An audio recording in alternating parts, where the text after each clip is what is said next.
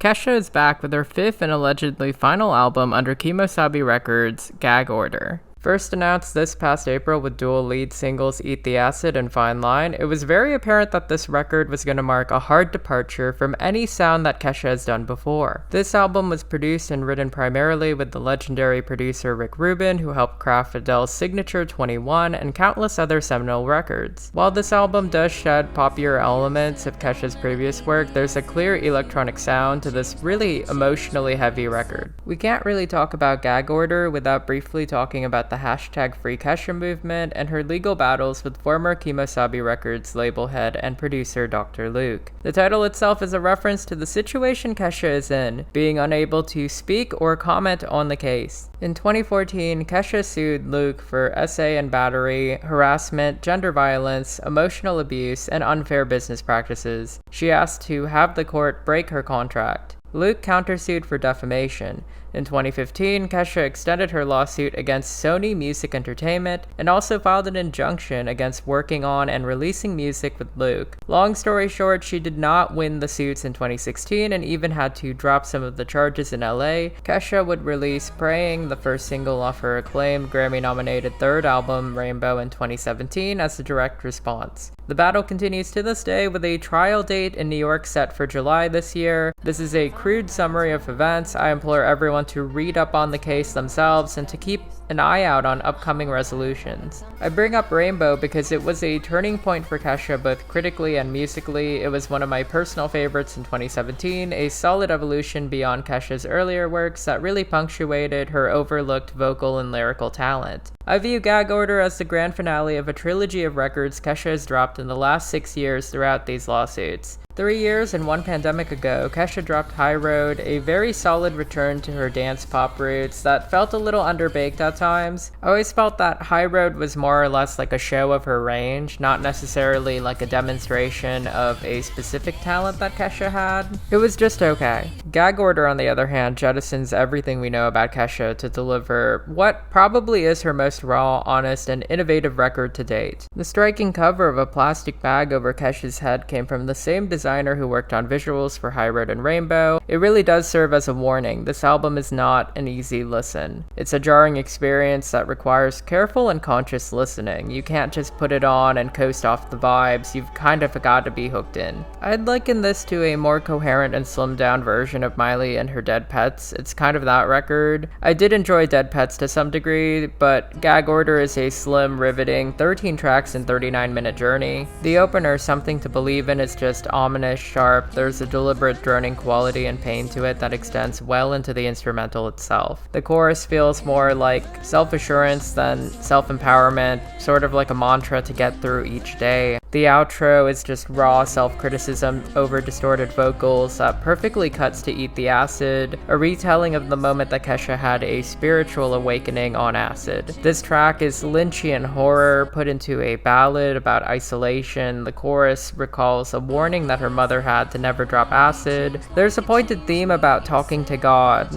and religious allegory throughout the record setup here. Living in My Head strips back down to more acoustic sounds while Kesha's voice layers over this confessional track. The verses point out Kesha's battle with the chaos that occupies her mind, the feeling of being trapped within her mind, and, well, being sick of herself. The chorus is really repetitive, invasive, catchy, but cutting. It really does sound like a panic attack captured on audio. Fine Line is a guitar-driven stream of consciousness track about her legal struggles. Kesha juxtaposes the contradictions that entrap her. The pre-chorus poses existentialism versus nihilism. The religious and allegorical qualities of the record really shine here.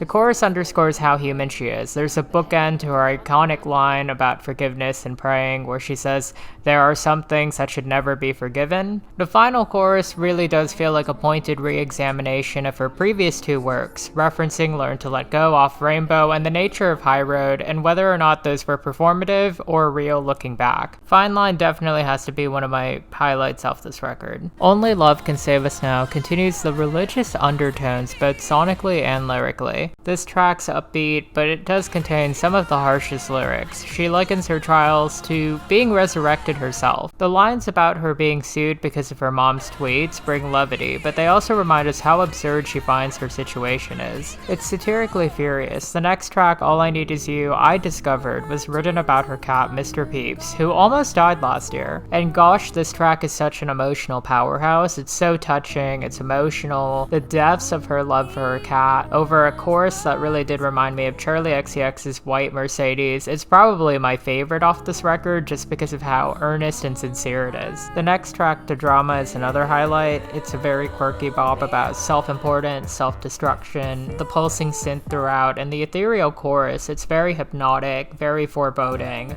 I really did dig the interpolation If I Want to Be Sedated by the Ramones, especially towards the end, with that really funny breakdown about wanting to be reincarnated as a house cat, which also ties back to the previous song. We get a brief break, a meditative Ram Dass interlude preaching about spirituality before we're thrown into Too Far Gone, which feels like a mature take on some of the earlier heartbreak anthems that Kesha made. In an interview, Kesha revealed that the song was about breaking off an engagement with someone she still considers to be a good friend to this day. However, the star of this track is the production. It really adds power to the indecision and introspection being shown here. Ruben's a very strong match for Kesha, and I do hope they work again soon. Peace and Quiet is probably my favorite track. It's hyper-poppy, reminiscent of self-titled Charlie, yet still distinctly Kesha. She's a master at using vocalizers and autotune, so this track would naturally be one of the better tracks. The lyrics speak towards her duality, the idea of finding balance between contradiction, and how we as humans exist in the middle of extremes is something that's really the thematic core of this album,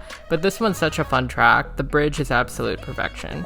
There's a reprise here of Only Love with spoken lines from Kesha's niece. The last two closing tracks really do feel like the most straightforward tracks in terms of production. Hate Me Harder is a simple stripped-down ballad that puts Kesha's vocals at front and center. It's a very solid self-empowerment, rebuking the haters sort of anthem, and the chorus is an earworm. The closing track, Happy, has to be my favorite closer of Kesha's, maybe even taking the cake from Spaceship off Rainbow. It's such a solid cohesion of all of the ideas that she's had so far, encapsulating Kesha's mission throughout her journey. She can do without success, acclaim, or even vindication at this point. She just wants to be happy and free to be herself, to escape the crosshairs of circumstance and just exist on her own terms. Overall, I wouldn't say Gag Order is a record that is really built for mainstream success. It's a very experimental album for Kesha, a furious record that speaks power not just to the optimistic parts about fighting the good fight, but also the crushing lows and the devastation and the feeling of being in limbo. Gag Order feels like a fitting finale. It's part Screw You, part Hallelujah, part Dear John letter from a situation and a time that she can hopefully finally move past from. I want to give it a solid 7.9 out of 10. While it is not my favorite album from Kesha to date, it is possibly one of her best records. And that's a wrap. So that was just a quick little review. I'm currently working on a Chromatica 3-year anniversary era recap video that will talk about the entire thing.